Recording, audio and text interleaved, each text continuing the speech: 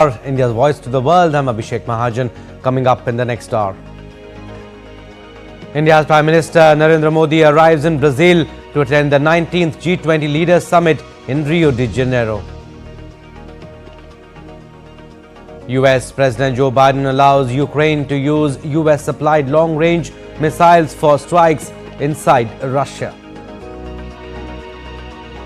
Hezbollah media chief killed in Israeli airstrike in central Beirut. And in sports, world number 1 Yannick Sinner beats Taylor Fritz to win ATP Finals Title.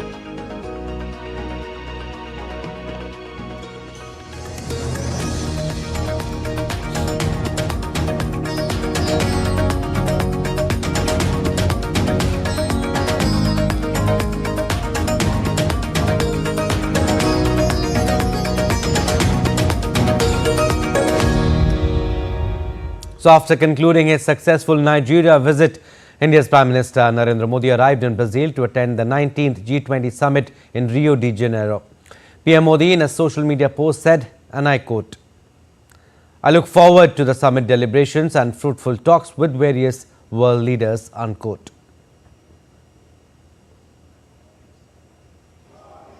And PM Modi received a rousing welcome upon his arrival at the hotel.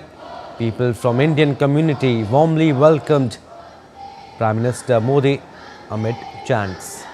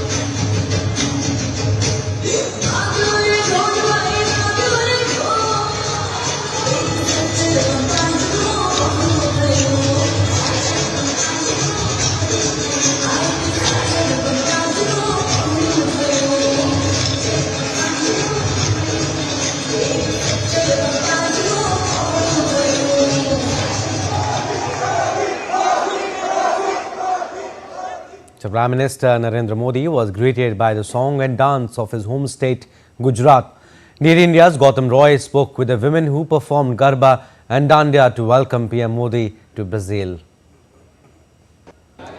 A vibrant and energetic performance of Garba and Dandiya also greeted India's Prime Minister Narendra Modi when he arrived in Rio at his place of stay to attend the G20 summit. We have some of the performers.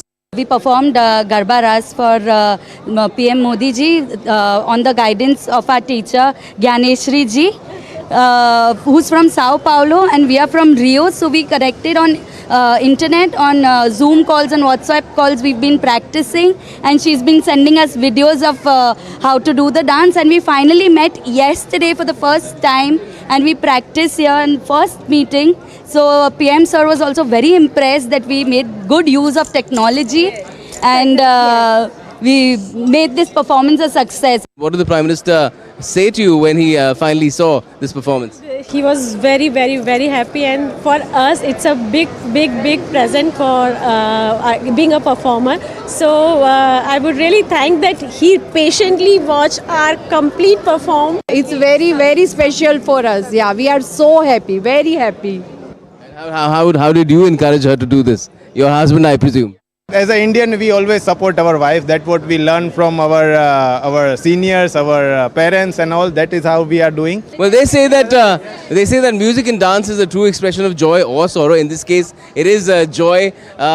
Immeasurable joy as far as the Indian diaspora in Brazil is concerned, because they've met the Prime Minister here on his visit to Rio for the G20 summit, and well, the expression of course is that this is a successful visit, and the leaders too of the G20 come to these positions on tractious global issues that will take the world forward. with cameraperson Loknath, Gautam Roy, Rio, Brazil, DD India. And DD India's Gautam Roy spoke to the children of Indian community who welcomed PM Modi by singing India's national song Vande Mataram.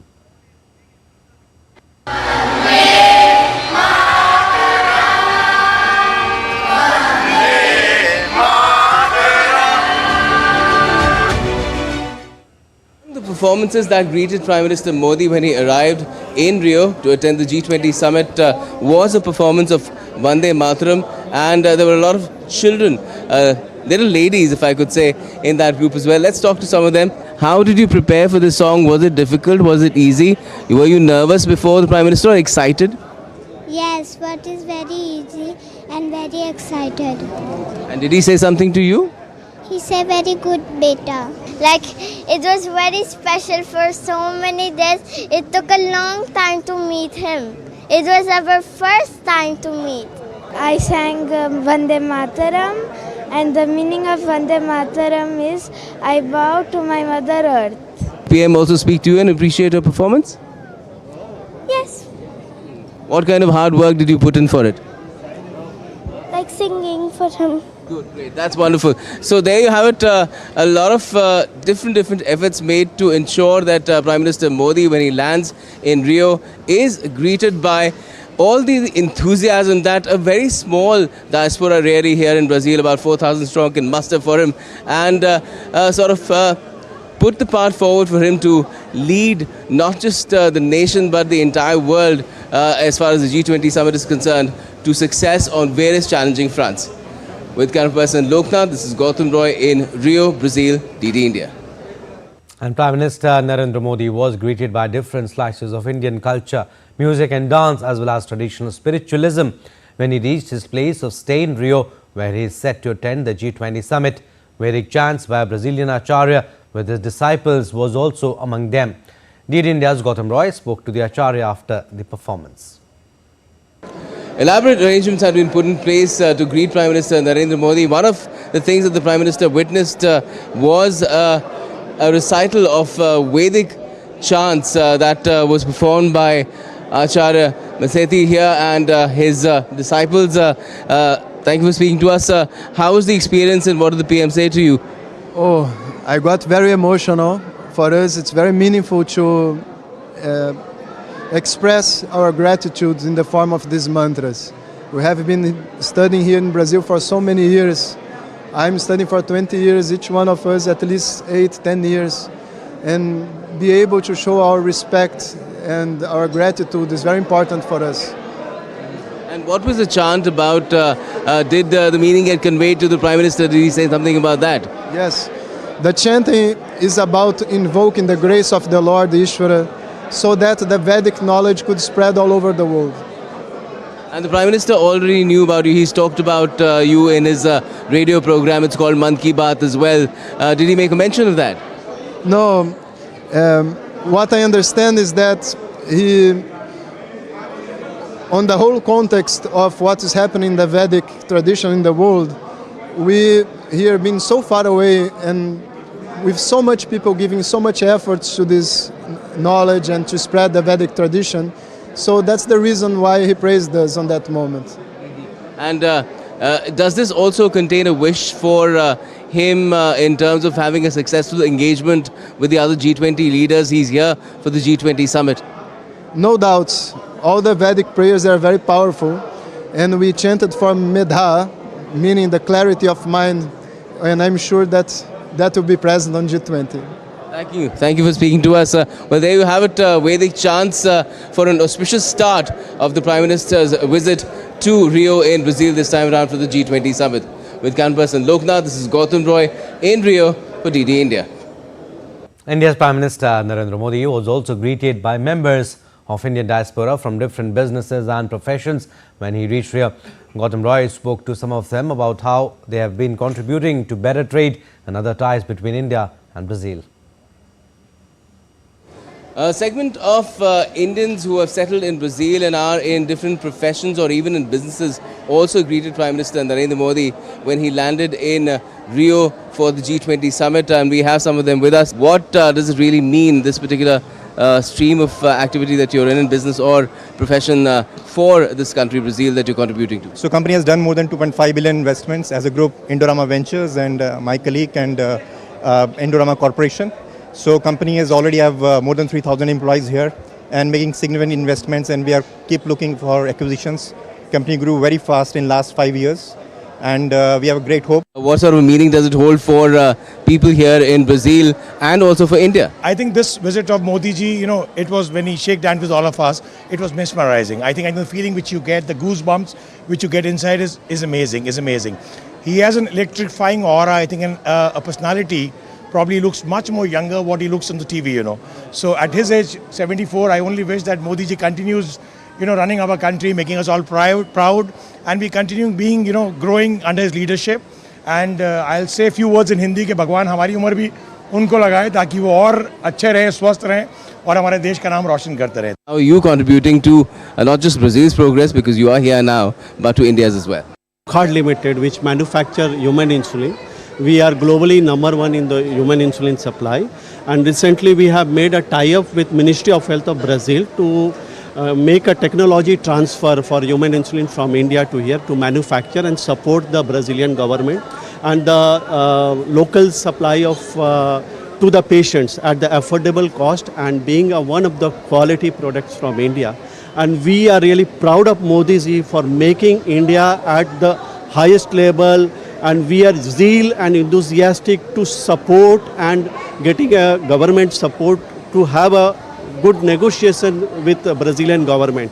And India being a pharmacy capital of the world, that shows that how the Modi ji has made us so proud.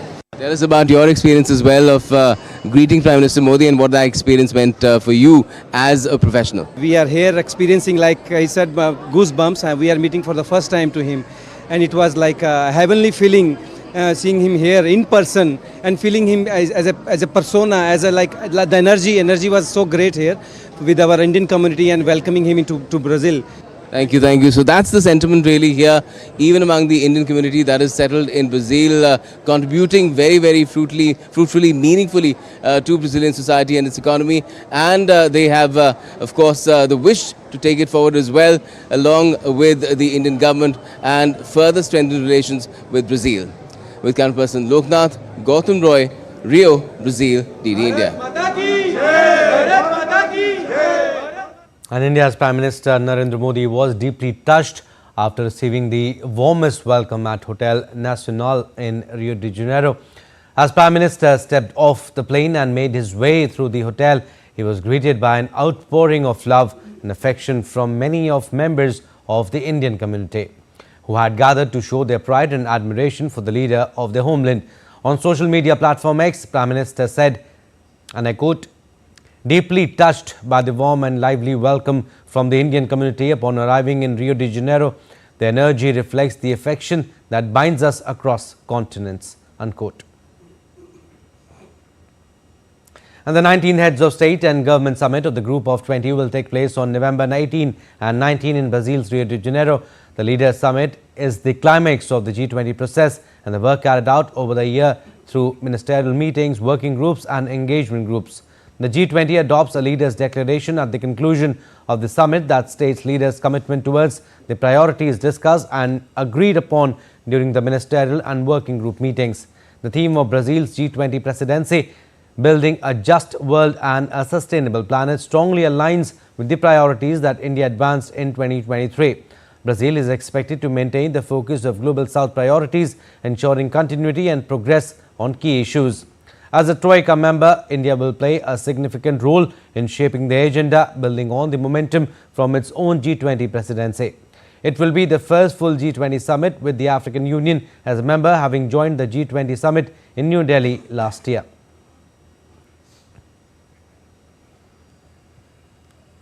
Alright, time now for a very short break, but still to come on this edition of DD India News Hour. US President Joe Biden visits the Amazon Rainforest Museum of the Amazon in Manaus. Ukraine introduces nationwide emergency power restrictions after Russian attack further damaged its fragile energy grid. Super Typhoon Man-A wreaks havoc across Philippines' main island of Luzon, with heavy rainfall.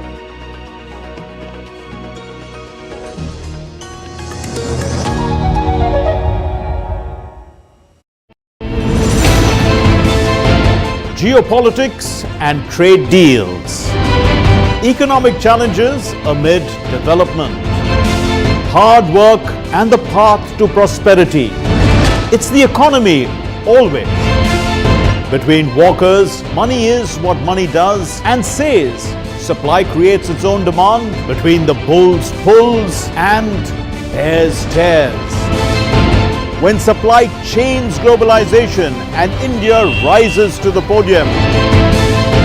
We'll get you centered with the economic brief at 8 p.m. every Thursday on DD India.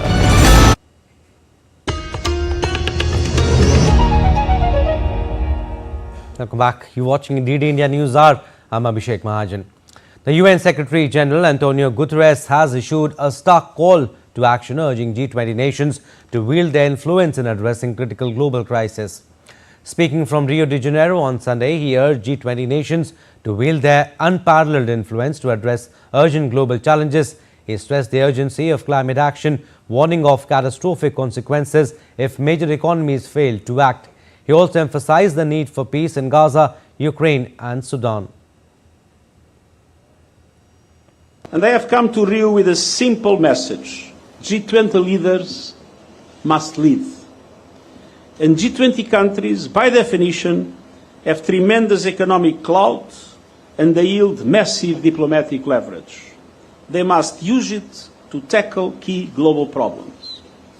And heads of state keep arriving in Rio de Janeiro for the Leaders Summit. Arrivals included French President Emmanuel Macron, Chinese President Xi Jinping, Argentine President Javier Milei, Russian Foreign Minister Sergei Lavrov, Canadian Prime Minister Justin Trudeau, Turkish President Tayyip Erdogan, Italian Prime Minister Giorgia Meloni and Chilean President Gabriel Boric. Brazil has deployed troops, armoured vehicles and naval ships to reinforce security around the summit of leaders from the Group of 20. And US President Joe Biden also arrived in Rio de Janeiro on Sunday for the G20 summit. While the COP29 summit in Baku, Azerbaijan is tasked with agreeing a goal to mobilize hundreds of billions of dollars for climate, leaders of the Group of 20 major economies half a world away in Rio are holding the purse strings.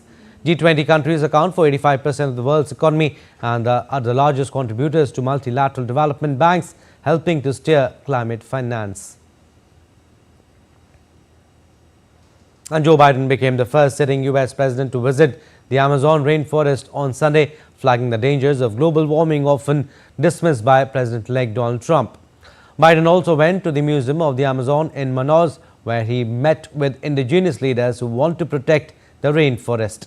He flew from Lima, Peru to Manaus, Brazil to meet with local leaders working to preserve the rainforest. Biden was accompanied by Brazilian scientist and Nobel Peace Prize winner Carlos Nobre. Biden also signed a proclamation designating International Conservation Day. In his 4-hour stop to Manaus, Biden announced an additional $50 million contribution to the Amazon Fund, bringing the U.S. commitment to $100 million.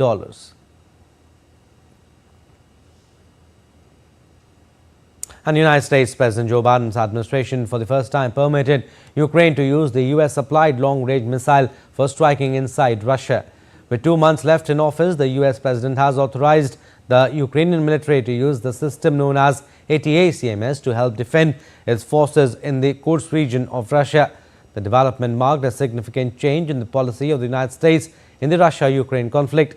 The weapons are likely to be used in response to North Korea's decision to send thousands of troops to Russia in support of Russia's war against Ukraine. Ukraine plans to conduct its first long-range attacks in the coming days without revealing details due to operational security concerns. And for months, Ukraine's President Volodymyr Zelensky has been urging that the restrictions on the missiles be lifted, allowing Kiev to strike outside its own borders. On Sunday, Zelensky reacted to the report, saying such things are not announced. Missiles speak for themselves. Today there's a lot of talk in the media about us receiving permission for respective actions. But strikes are not carried out with words. Such things are not announced. Missiles will speak for themselves. They certainly will. Glory to Ukraine. And Russia has carried out the largest air attack on Ukraine in months, launching missiles and drones that killed several people and caused severe damage to the power system. A Russian missile strike killed 10 people in the northeastern Ukraine city of Sumy on Sunday after the country suffered a massive attack the night before. Ukrainian President Volodymyr Zelensky condemned the initial attack on Telegram. The Ukrainian Presidential Services released a video that showed emergency services at a scene tackling a fire near a residential building. The attack on Sumy followed a large-scale attack on energy infrastructure across Ukraine with 120 missiles and 90 drones that killed several people. Following the attack, Ukraine announced it would be introducing nationwide emergency power restrictions on Monday.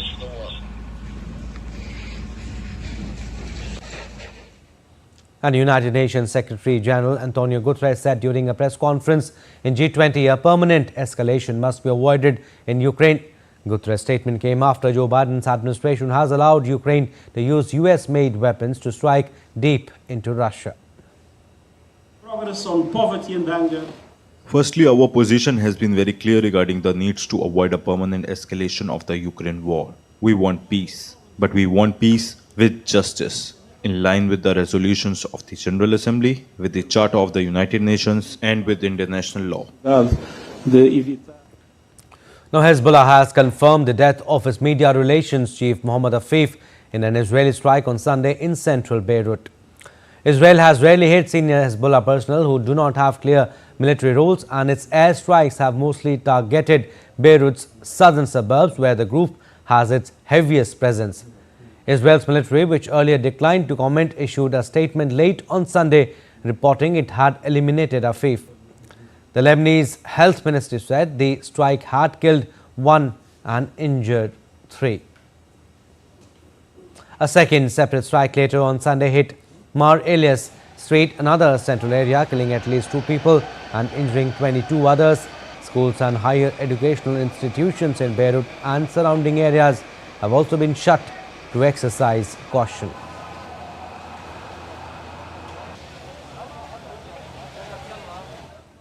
And US President-elect Donald Trump continues to nominate allies for his new White House team. Trump tapped Republican Brendan Carr as the chairman of the Federal Communications Commission. Trump, in a statement on Sunday, called Carr a warrior for free speech. Carr first joined the FCC in 2012. In 2017, during his first term as president, Trump appointed him as one of the agency's commissioners. Carr had previously worked as a lawyer specializing in regulatory issues. And Filipinos cleared fallen trees and repaired damaged houses on Monday after the 6th major storm to batter the Philippines in a month smashed flimsy buildings, knocked out power and claimed at least 1 life. Packing maximum sustained wind speeds of 185 kilometers per hour, Man-E slammed into Catanduanes Island late Saturday and the main island of Luzon on Sunday afternoon. It uprooted trees, brought down power lines, crushed wooden houses and triggered landslides, but did not cause serious flooding. More than 1 million people in the Philippines fled their homes ahead of the storm, which followed an unusual streak of violent weather. Man-E weakened significantly as it traversed the mountains of Luzon and was downgraded to a severe tropical storm as it swept over the South China Sea towards Vietnam on Monday. And Senegal's ruling party claimed it had won a comfortable victory in Sunday's legislative elections, paving the way for it to deliver an ambitious reform agenda 8 months after sweeping to power. Voting took place peacefully across the West African country, where the governing Pastef party said 90 to 95% of ballots had already been counted. President Bassirou Diomaye Faye's Pastef party had emerged as a vote winner in most of the first polling stations, giving their provisional results, according to media reports, beating the 2 main opposition parties. Faye secured victory in March, pledging economic transformation, social justice and a fight against corruption, raising hopes among a largely youthful population facing high inflation and widespread unemployment.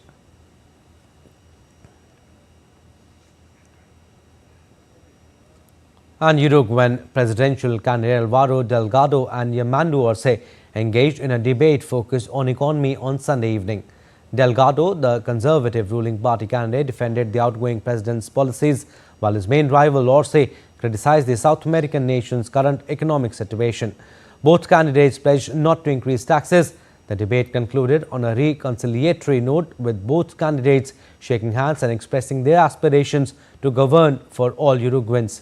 In the first electoral round, Arce secured 43.7% of the votes and Delgado trailed with 26.9%.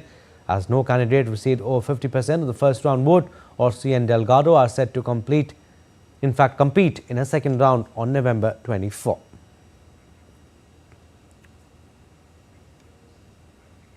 Let's take a look at other stories making news around the world.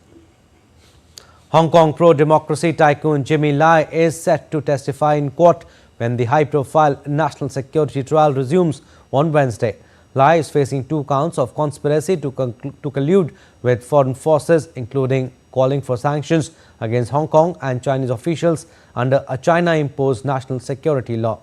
Lai, the founder of the now shuttered pro-democracy newspaper Apple Daily, is also charged with conspiracy to publish seditious publications under colonial-era sedition law.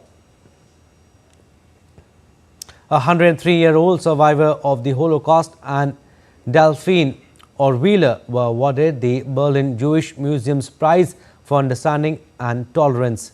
The German museum says the prize, which was first awarded in 2002, recognizes individuals working in culture, politics and business who have made an outstanding contribution to the protection of human dignity, to cross-cultural understanding, to the integration of minorities and the coexistence of different religions and cultures. Japan is seeing a record boom in tourism, but one recent visitor traveled more than the circumference of the earth to get there, using boats, trains, camels and even hitchhiking. The traveler's journey began in Europe, where he boarded a series of trains that took them across the continent and into the heart of Asia. The final leg of his journey was Japan, where he arrived after months on the road, or rather on a variety of transport modes. The Kanagawa Festival in Hanoi 2024 is underway in Vietnam. This annual event highlights Japanese culture and attracts a large crowd with activities such as Kuan Ho singing, ninja performances and Sakai dancing. First held in 2018, the festival has become a key platform for cultural exchange between Vietnam and Japan, offering a unique opportunity for people from both countries to connect. And in the shadow of Egypt's iconic pyramids, a new and unexpected attraction has emerged: the stray dogs of Giza. Known for their bustling tourist sites and historical significance, the area has recently seen an influx of visitors, not just to the ancient wonders but also to the dogs that now call the pyramids their home. Great Pyramid of Khafre interest among visitors in the dogs of Giza has grown, boosting tourism and local businesses. France's National Museum organized a light show at the Paris Garden for this winter season with the theme of the Jurassic period. The light show will remain open until 19 January 2025 for the public.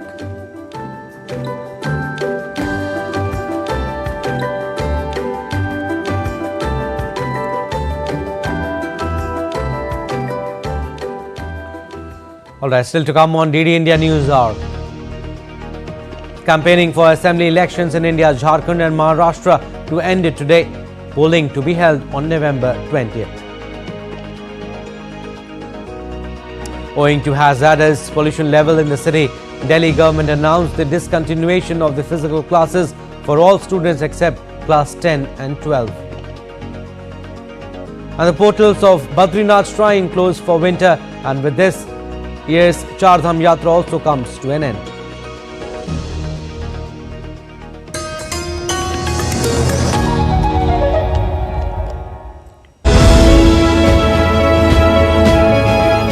G20 meeting taking place in Rio on the 18th and 19th of this month.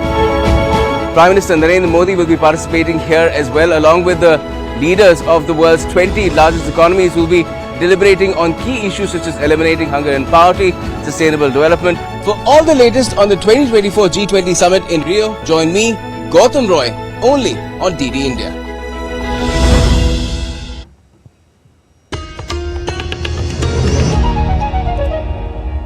Welcome back. You're watching DD India News Hour. I'm Abhishek. Recap of what we have done so far.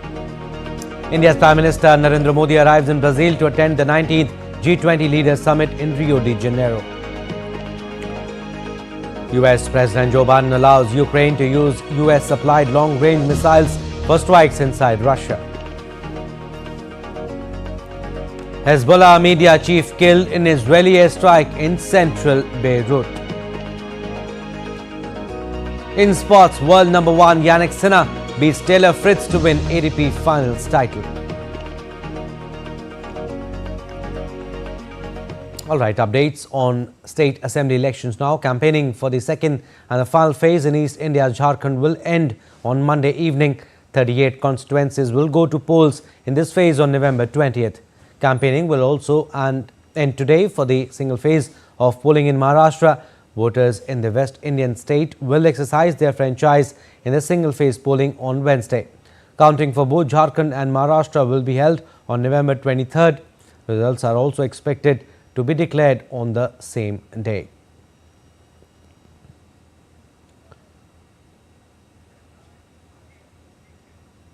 And the air quality in the Delhi NCR region has deteriorated further, breaching the severe plus level with an average air quality index of 483 as of 7 a.m. local time on Monday. Shallow to moderate fog was observed during the early morning hours today in different parts of the national capital. The India Met Department has forecast that Delhi and National Capital Region are likely to experience smog and shallow fog during the night and morning hours over the next 2 days.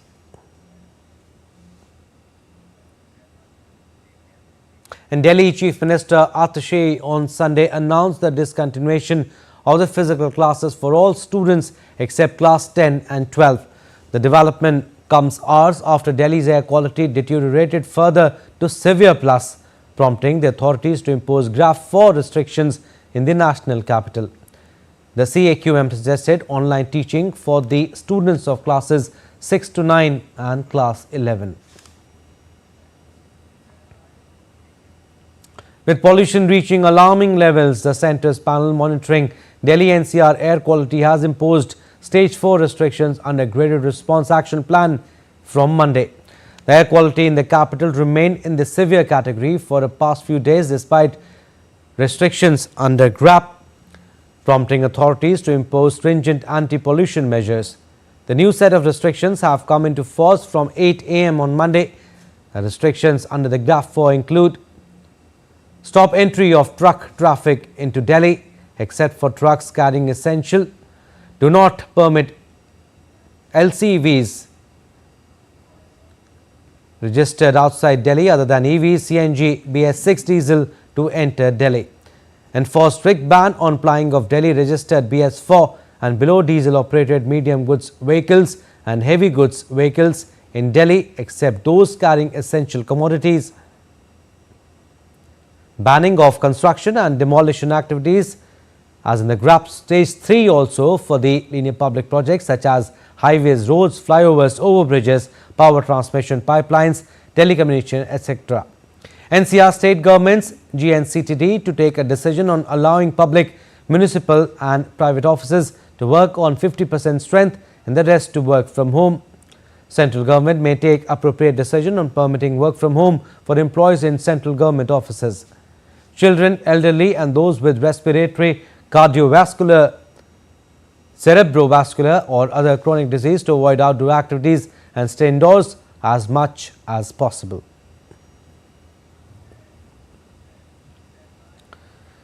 And the doors of Sri Badrinath Dham located in northern state of Uttarakhand have been closed for winter on Sunday. With the closing of the doors of Badrinath, this year's Char Dham Yatra has also come to an end.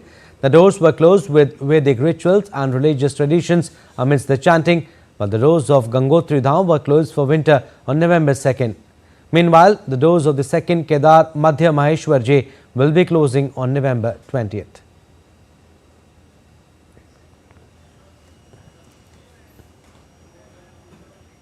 And the Indian Navy is set to conduct the 4th edition of a Pan-India Coastal Defence Exercise Sea Vigil 24 on 20th and 21st November.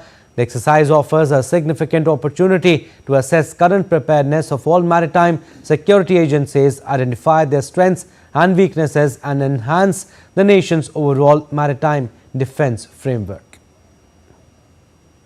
To check the efficacy of various security agencies, 4th edition of Pan-India Coastal Defence Exercise Sea Vigil 24 will be conducted on 20th and 21st November this year. The 4th edition of Exercise Sea Vigil, conducted by the Indian Navy, will span an unprecedented scale both in terms of geographical reach and the magnitude of participation, with involvement of 6 ministries and 21 organizations or agencies. Sea Vigil is a pan-Navy exercise. It involves all the agencies and the authorities who are associated with maritime security, coastal defense, offshore security. This includes about 6 ministries and nearly 20 organizations. It is being spearheaded by the Indian Navy but has got a very prominent participation from the Indian Coast Guard, the State Marine Police, the Fisheries Department, the Port Authorities, Director General of Shipping, CISF, BSF and many other agencies. The focus will be on strengthening the security of coastal assets like ports, oil rigs, single-point moorings, cable landing points, and critical coastal infrastructure, including the coastal population. Western Naval Command is responsible for the coastal defense of the states of Gujarat, Maharashtra, Goa, Karnataka, and the Union Territory of Daman and Diu. Exercise Sea Vigil 24 will be conducted simultaneously in all coastal states and the union territories of the country, wherein thorough audit of complete coastal defense and security infrastructure will be carried out. To keep a check that our coastal line is totally secure, Indian Navy along with several other organizations are conducting Sea Vigil, which is the exercise wherein all organizations related to the sea are connected. We understand that Sea Vigil, which comprises of Indian Navy, Coast Guard, Mumbai Police, Marine Police, DG Shipping, DG Lighthouse and many more are totally involved in this, and this will take place on 20 and 21st of November, and we can understand from then that the security, the forces will be further strengthened. With camera person Gaurav Kagra, this is Shama Mishra for DD India, Mumbai. Let's now take a look at other stories making news. With the onset of winter season, Pobitora Wildlife Sanctuary in Assam's Morrigaon district has witnessed a surge in arrival of migratory birds. As this year, migratory birds' arrival has started from early of November, the arrival of migratory birds has been initiated to the Pobitora Wildlife Sanctuary, which is also known as home of one-horned rhinoceros. Migratory birds have started their annual journey as the onset of winter begins. More than 65 species of exclusive migratory birds arrived in eastern state of Odisha's Chelekas Lake in mid-November. Glossy ibis, purple moorhen, pintail, godwit, great egret, medium egret, bronze wing, jacana, black wing, stilt, cormorants and various other kinds of birds were seen. The 43rd India International Trade Fair is underway in New Delhi and will be open for general public on Tuesday. The theme of this year's 14th fair is Viksit Bharat in 2047. Jharkhand is the focus of the trade fair this year, while Bihar and Uttar Pradesh are the other partner states. The global trade fair brings 11 countries and over 3,500 exhibitors to showcase their art and culture. Some business updates now. A delegation from International Monetary Fund has arrived in Sri Lanka for conducting the 3rd review of the island nation's financing program. The team led by IMF Senior Mission Chief Peter Brewer is expected to assess Sri Lanka's economic policies, progress on ongoing reforms and the implementation of previous agreements with the IMF. Upon successful completion of the review, the IMF is expected to release the next installment of the loan to Sri Lanka. IMF had approved a $2.9 billion extended fund facility available to Sri Lanka over a 48-month period in tranches to help its economy recover from the economic crisis. The island had witnessed an acute forex shortage in 2022, resulting in short supply of essentials which are imported by Sri Lanka. Now, Asian markets were mixed on Monday following a sell-off on Wall Street as investors scaled back their bets on Federal Reserve interest rate cuts owing to worries Donald Trump could reignite inflation. A warning from US Central Bank boss Jerome Powell that reductions in borrowing costs were not precedented optimism last week, while traders were also keeping tabs on President-elect's cabinet choices with several China hawks lined up. Expectations that a second Trump administration will impose fresh painful tariffs on Chinese goods has added to the unease and ramped up fears of another trade war between the economic powerhouses. All three main indexes on Wall Street ended deep in the red Friday, with the Nasdaq down more than 2% after Powell's remarks the day before. After Trump's victory at the start of the month, markets had already been winding back their expectations for the number of rate cuts the Fed would announce next year. The bank's next policy decision in December will be closely followed for an idea about officials' plans. Still to come on this edition of DD India News Hour. Semi-final lineup of Women's Asian Hockey Champions Trophy decided. India will face Japan in the semi-finals, while China and Malaysia will face each other. And thousands of marathon runners gather in Havana to celebrate the capital's 505th anniversary.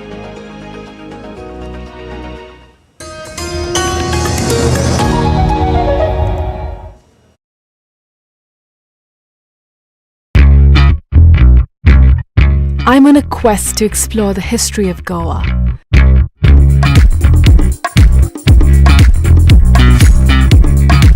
A land steeped in diverse and intersecting cultures and traditions.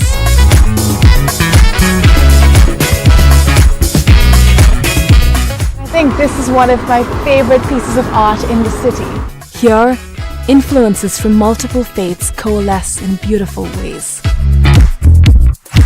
From religious sites to charming villages and vibrant streets.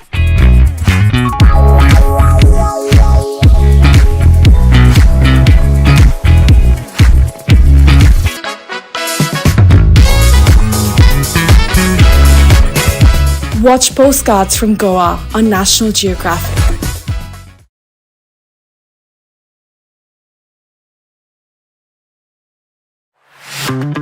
Goa, a food paradise, both steeped in historical culinary tradition and at the forefront of a modern-day food revolution that is fresher, more local, and more global than ever before. I'm embarking on a journey across the state to explore the very best of food here. This is honestly my favorite way to eat an egg. Break bread with some of Goa's most loved chefs and understand what food really means to communities here.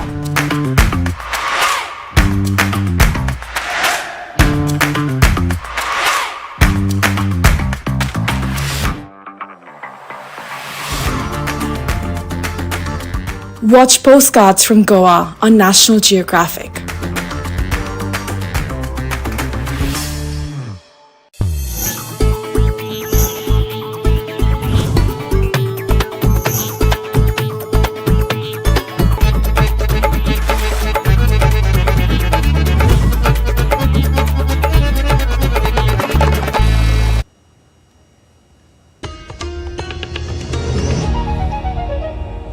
Welcome back. You're watching DD India News Hour. I'm Abhishek Mahajan.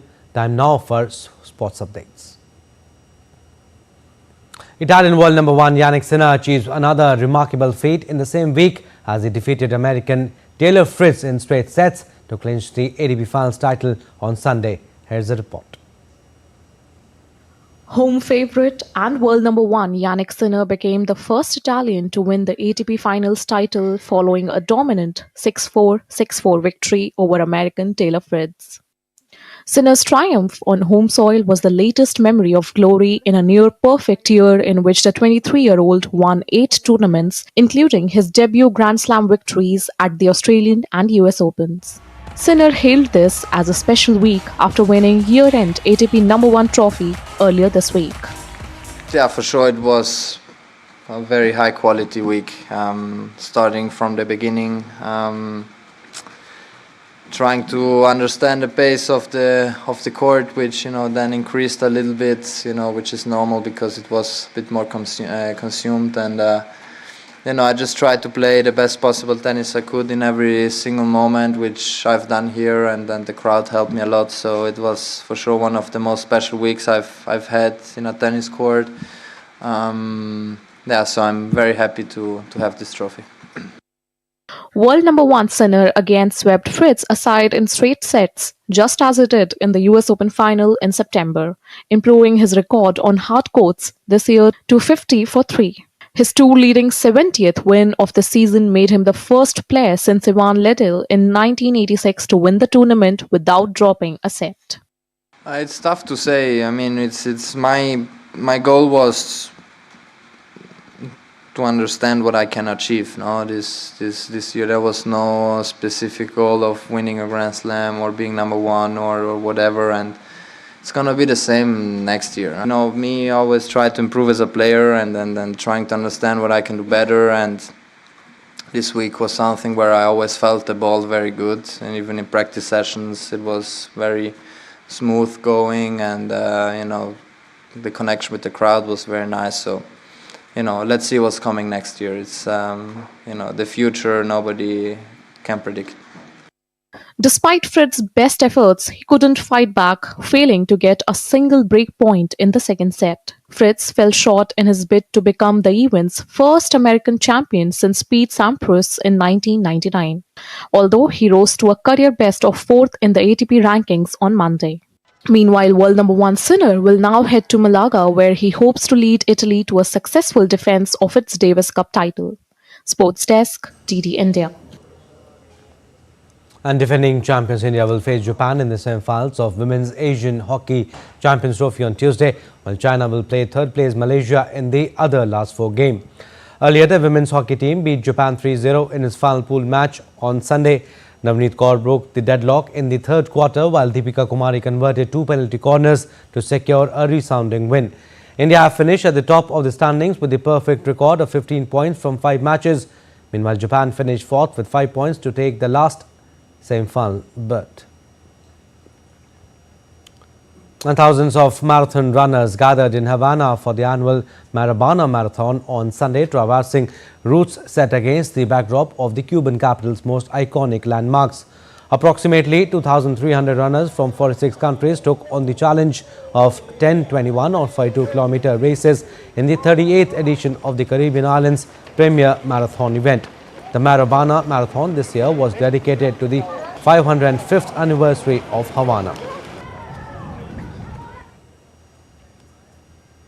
And Portugal trained in the coastal city of Split ahead of the upcoming UEFA Nations League match against Croatia, aiming to secure an additional 3 points in their unbeaten run.